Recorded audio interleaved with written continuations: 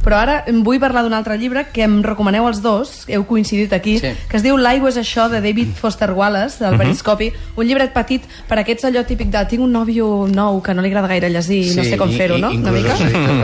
Els editors van dir inclús que podia ser un llibre de l'Amic Invisible, perquè és un llibre molt ben editat. Quan et diuen que és un llibre d'Amic Invisible és per matar amb algú. No, però amb qualité. Amic Invisible, qualité. Un format molt maco, molt petitet, molt ben editat. Que també podeu comprar aquí a la Laia, que poden comprar aquí a la Laia. I tant.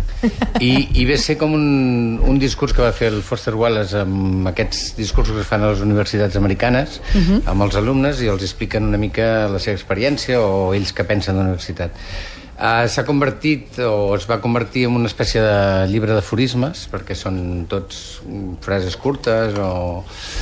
és molt bo. Hi ha algunes coses que, bueno, que és allò que dius, vale, pues sí, això ja ho sabíem, és un institut americà, però hi ha coses molt interessants respecte a la literatura, respecte a la vida, i la veritat és que, bueno, Foster Wallace va ser un personatge curiós i de la novel·la nord-americana, o sigui, bastant important. I també pot ser un bon regal per al típic nebot que diu, jo no sé què fer l'any que ve de carrera, no?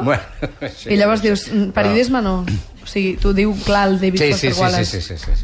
És un petit objecte de col·leccionista, jo crec, i de fan absolut de l'autor, però alhora és interessant perquè ell se'n fot, ell diu, jo no en sé fer de discursos. I idees molt bones, algunes que dius, vale, molt bien, però n'hi ha algunes que valen molt la pena. Doncs apunteu-vos aquest llibre, L'aigua és això, de David Foster Wallace, del Periscopi. L'aigua és això.